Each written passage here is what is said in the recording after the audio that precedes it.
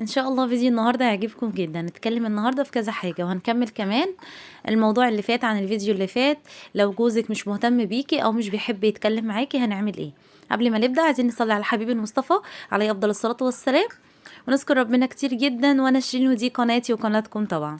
لاول مره تشوفيني وان شاء الله الفيديو عجبك حطي لي لايك واشترك في القناه عشان ينزل لك كل جديد. قناتنا بتتكلم عن روتينات قويه جدا، بالاضافه بنتكلم على مواضيع هامه مش مجرد روتين بس. بنتكلم كمان على ميزانيات اسبوعيه ويوميه وشهريه، لو حابه اي ميزانيه اكتبي لي في الكومنتات. بنتكلم على اكلات اقتصاديه بنعملها عملي، واكلات عزومات وافكار مشاريع صغيره ومشاريع مربحه. بنعمل كل حاجه ان شاء الله تفيد ست البيت. فان شاء الله تقيمي قناتنا وباذن الله تحطي لنا لايك وتشترك في القناه وكمان تشير لنا الفيديوهات. اول حاجه كده هنتكلم على روتين النهارده. معانا كده البلح ده اللي انا كنت مفرزانه، بوريكم قد ايه ان هو لسه طالع من الفريزر، التشبير عليه اهو. ومع ذلك يعني بسم الله ما شاء الله بجد. البلح يعني غير اي حاجه تانية بنفرزها بتطلع بتبقى متلجه. ده مجرد بتسيبيه لمده دقيقتين او 3 بيبقى كانه اساسا ما كانش في الفريزر. يعني حتى ما بيبقاش فيه اي نسبه تلج، يعني بيقعد معاكي فريش طول السنه. انا عملت لكم البلح ده في فيديو مخصوص، سيب لكم اللينك بتاعه في صندوق الوصف او هيظهر معاكم فوق في الاي. بجد طريقته حلوه جدا، ومن اهم المشروبات كمان معانا طول السنه، يعني مش شرط في فصل في رمضان بس.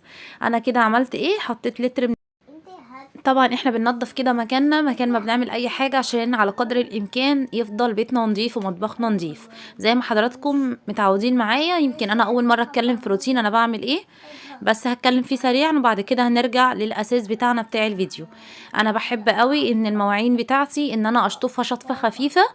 يعني مثلا لو في بقايا شاي بقايا اكل اي حاجة، طبعا الكلام ده بيترمى في الباسكت، بشطفها شطفة خفيفة كده سريعة. وبعد كده ببدأ ان انا اغسلها بحيث السلكة بتاعتي او الاسبونشة الليفة بتاعتي. كل اللي هعمله ان انا هعمل الرز. نيجي بقى نرجع للموضوع، ان لو زوجي مش مهتم بيا، بمعنى اوضح زوجي مش بيحب يتكلم معايا، اعمل ايه؟ اتكلمنا في الحلقة اللي فاتت بسرعة كده عشان اللي ما شافهاش يرجع لها، بس طبعا هتكلم فيها بإجازة يعني سريعة. دلوقتي اول حاجة، كلام الزوج للزوجة ان هو ما عندوش وقت بيترتب على كذا عامل. اول عامل ان هو طبيعة شغله دي بتأثر على يعني هيتكلم معاكي ولا لأ. عايزة يعني شرح كامل ارجعي للفيديو. تاني حاجة وقت شغله هو برضو اللي بيحكم. تالت حاجة الطريقة اللي بتتكلمي معاه بيها في بداية الكلام. هي دي الثلاث نقط اللي احنا اتكلمنا عليهم في الفيديو اللي فات. عايزة تفهميهم اكتر ارجعي للفيديو. رابع نقطة هنا نتكلم عليها فيها. طيب في برضو كومنت جالي وقال لي طب انت كده حطيتي العبء علينا، هو كده تمام الله ينور عليه ما فيهوش اي مشكله. لا انا مش في صف حد لحساب حد. انا يعني انا زوجه وست زي اللي زي حضرتك. فان انا اساسا المفروض ان انا اتكلم في اللي يخصني ويسعدني اكتر، بس انا بقدم حاجه بنبقى ارض محايده وبنتكلم في نقطه ان احنا نلاقي حل. تمام، مش ان احنا يعني ابقى متحيزه لحد معين، لا احنا بنتكلم في حل مشكله ممكن انا شخصيا اقع فيها، فانا عايزه حل المشكله دي. فنكمل بقى النقطه الرابعه. العامل لو هو بقى بيجي من شغله بدري، لو هو مثلا شغله مش متعب او رغم ان كل الاشغال متعبه، لو انا بدخله الدخله الصح اعمل ايه وهو مش مديني اي فرصه؟ يبقى هنبدا كده نقول بسم الله الرحمن الرحيم، نتكلم معاه بالراحة زي ما قلت طريقة الكلام، ونحاول نقوله اللي مزعلنا. انا يعني انت ما نقولوش انت مقصر. كلمة تيجي لراجل تقول له انت مقصر وانت هامني وانت بتتكلمش معايا، هيأثر. ولو هيتكلم مش هيتكلم، ولو ناوي يعمل حاجة كويسة ولا يفسحك بكرة مش هيعملها ولا اي حاجة. تمام، لانك انت خلاص بتقولوا انت غلط ومفيش راجل يحب يسمع ان هو غلط. تمام كده. فالطريقة هتبقى ايه؟ حبيبي او ما ينفعش طبعا لو سمحت حبيبي. على فكرة انا النهاردة كنت بفكر فيك. النهاردة قعدت كده يعني جالي زي حلم بسيط كده ان انت جيت لي بدري وقلت انا جاية علشانك عشان اقعد معاكي شوية، وكنت عايزني في موضوع. بس جالي الكلام ده ما تقوليش انا حلمت طبعا، لان فيها حرمانيه جامده ان الواحد يقول انا حلمت ويكون حلم كاذب. طبعا انا بتكلم ان انت تتكلمي ان انت وانت صاحيه كده تخيلتي بالمشهد ده، تلاقيه هو ابتسم. يعني هو لو جاي مكشر هيبتسم طبعا، بعد الحاجات اللي احنا قلنا عليها ما نتكلمش في اول ما يجي، والحاجات اللي اتكلمنا عليها في الفيديو اللي فات. هتلاقيه هو لو مكشر هيبتسم ويقول لك كملي، افتكرتي ايه تاني، تخيلتي ايه تاني، اتكلمي. هتلاقيه هو اللي دخل في الكلام، وهو اللي عاوز يعرف ايه اللي حصل معاكي وفكرتي فيه ازاي النهارده، وكنتوا بتتكلموا وبتقولوا ايه. ده مدخل ممكن ندخله عليه للزوج عن طريق اسلوب كويس، من غير ما نحسسه باي يعني نواقص من عنده ان هو مقصر. تعالي لنقطة تانية، مثلا هو مش مهتم بيكي او هو مش حابب يتكلم معاكي، وجي عليكي مناسبة بتأثر فيكي جدا. في يعني ناس كتيرة قوي بيأثر فيهم نقطة الاهتمام، بالذات بالمناسبات، الأعياد الميلاد، عيد الجواز، يعني يعني التوقيتات اللي بتبقى سعيدة في حياتنا. ففي ناس قوي، في ناس كتير قوي، معظم الستات وانا واحدة منهم، بتأثر بيها وبحب في اليوم ده يعني ان هو يفكرني بيها. فنعمل ايه لو هو ما عملش كده؟ يبقى نيجي بقى كده بكل طريقة كويسة، وبكل برضو يعني حاجة اسلوب كويس، احنا اللي نبدأ. تمام، هتقولي عملت مرة واتنين وتلاتة وعشرة وهو اتعود على كده. انا عارفة الرد ده وليكي حق طبعا، وبيحصل مع ناس كتير قوي. تمام، يبقى حضرتك هتعملي ايه؟ هتيجي بلطف برضو تقولي له على فكرة انا النهاردة توقعت منك توقع كويس جدا، وانا عارفة ان انت عامل لي مفاجأة. يقول لك مفاجأة ايه؟ وهيكون ناسي هو بقى. انا على فكرة انا توقعت ان انت النهاردة هتجيب لي حاجة حلوة، شوكولاتايه حتى، عشان النهارده عيد ميلادي، النهارده عيد جوازنا، النهارده ايا كان بقى المناسبه انت بتتكلمي فيها، او حتى من غير مناسبات. توقعت كده لان بقالنا فتره ما اتكلمناش مع بعض، بقالك فتره ما جبتليش شوكولاتايه، فتوقعت كده منك. فاوعى تقول لي ده ما حصلش، ولو ما حصلش انا عارفه ان انت هتكافئني، بدل الشوكولاته يبقوا اتنين. بدل شوفي انت يعني ايه الحاجة اللي ممكن هو في وسعه ان هو يجيبها، في استطاعته يجيبها. تمام، انا بتكلم يعني بالبسيط خالص، واتكلمي معاه بالبسيط خالص، وهو ان شاء الله هيجيب لك الحاجة الاكبر والاحسن. فدي برضو نقطة، ان انتي تتكلمي معاه باسلوب كويس، تحاولي يبقى فيه ود بينكو، تحاولي تفكريه باحتياجاتك او بالحاجة اللي تبسطك، بدون اي عنف وبدون اي مشاكل، بدون ما تقولي له انت مقصر، هو انت ما تعرفش النهارده عيد ميلادي، انت نسيت خلاص عيد جوازنا، ما خلاص انت بقيتش تحبني، انت وانت انت وانت وانت. فمعظم الرجالة، او مش معظمهم، كل الرجالة ما بتحبش كلمة انت وانت، بالذات لو انت وانت في الحاجات السلبية. يعني هتقولوا انت كويس وانت جميل وانت سكر، هيحبوها جدا، انما في الحاجات السلبية مش بيحبوا الكلمة دي خالص، فاحنا نبتعد عنها. بالاضافة مش عايزة المواجهة المباشرة في الاهتمام او في التقصير، لان مش هتجيب غير عوامل سلبية ونتائج سلبية. طب نيجي بقى، احنا عملنا كل ده، عملنا كل اللي انتي قلتي عليه ومفيش نتيجة، نعمل ايه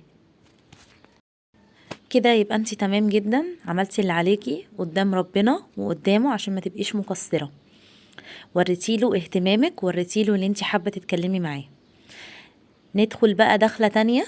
تمام، معلش تعالي على نفسك، عشان انتي ست محترمة وبتحافظي على بيتك وعاوزة زوجك، ومش عاوزة من الدنيا دي كلها غير زوجك وولادك وحياتك تبقى ماشية صح. معلش تعالي على نفسك واتكي على نفسك، وانا هتك عليكي. هتعملي ايه؟ في انواع من الرجالة ممكن ما يكونوش بيحبوا يتكلموا مع زوجاتهم، بس لو جيت الواحدة اتكلمت معايا على حد، انا ما بقولش نميمه عشان محدش يفهمني غلط، يعني مثلا على واحده صاحبتها، على سلفتها، على اختها، على واحده جارتها، وقالت له موقف، تلاقيه قعد واندمج واستمع. وممكن لو جيت اتكلمت عن نفسها مبقاش عايز يسمع. دي برضو نوعيات من الرجاله، ناس كتيره قوي انا عارفه في الكومنتات هتقولي فعلا انا عندي النوعيه دي. فاحنا نعمل ايه؟ نجيبه تدريجي، بس نجيبه بأنهي طريقة؟ ما نجيش نحكي له على صاحبتنا اللي جوزها بيضربها، ما نجيش نحكي له على جارتنا اللي جوزها الصبح بيقول لها كلمة سيئة، او لما جه من الشغل يكشر في وشها عشان نبقى عايزين نعمله اي حوار معاه. ما نجيش نحكي له قصة عن بيتنا او عن اي حد في العيلة مش كويسة عشان بس عاوزين نجذبه. دي برضو من الطرق الغلط جدا، في زوجات بتعملها، تقول لك انا مش عارفة اتكلم معاه في ايه، فلما هتكلم معاه في اي حاجه هيندمج. فانا بقى هقول له على المشكله اللي في بيت بابايا، هقول له على المشكله بتاعت صاحبتي، هقول له ده انا سمعت اخوك بيضرب مراته فوق، هو بيعمل كده ليه، وهعمل نفسي قلبي عليه قلبي عليها علشان مثلا ايه، احاول اتكلم معاه في اي موضوع واشده. اللي انت بتعمليه ده غلط، غلط جدا، انت بتاثري على نفسك مش بتاثري على حد. طيب اعمل ايه؟ اخد الحاجات الحلوه، اشوف مثلا صاحبتي في نقطة معينة كويسة فيها ربنا يزيدها، اتكلم بطريقة غير مباشرة، اتكلم عليها بطريقة غير مباشرة، واتكلم على زوجها بطريقة غير مباشرة بدون مبالغة، بالطبيعي وبما يرضي الله. شفت دي صاحبتي النهاردة او كلمتني او جاتلي ومبسوطة جدا، حصل كذا كذا كذا معاها. بجد بجد انا اتبسطت جدا ليها، عشان هي بني ادمة كويسة ومحترمة وتستاهل حد كويس. ما تحاوليش تمدحي في جوزها، علشان في ازواج بتفهم ان انتي بتمدحي في راجل تفهم غلط، وممكن بدل ما انتي بتحاولي تتوددي ليه، لا ده انت هتلاقي نفسك اتطلقتي ولو لا قدر الله، وتيجي بقى تمسكي فيا انا. تمام. فنحاول نتكلم على لسان صاحبتك، لسان جارتك، لسان سلفتك، اللي انتي الحاجات الايجابيه والحاجات الكويسه. دي نقطه. فالرجاله من طبعها ما بتغير، بالذات ان الراجل ده، لا ده انا هبقى جدع عنه، الراجل ده بيجيب في بيته انا بجيب اكتر، الراجل ده كويس، لا ده انا هبقى جدع اكتر منه، ده انا كذا، من غير ما يقولوا هم. يعني زي ما احنا عاوزين نبقوا احسن ست في بيتنا، هم عايزين يبقوا احسن، كل واحد عايز يبقى احسن راجل في بيته. فبطريقة غير مباشرة كده نخليه يبقى كويس معانا، ويشوف الحاجات الكويسة اللي غيره بيعملها عشان هو كمان يعملها. النقطة دي كويسة جدا.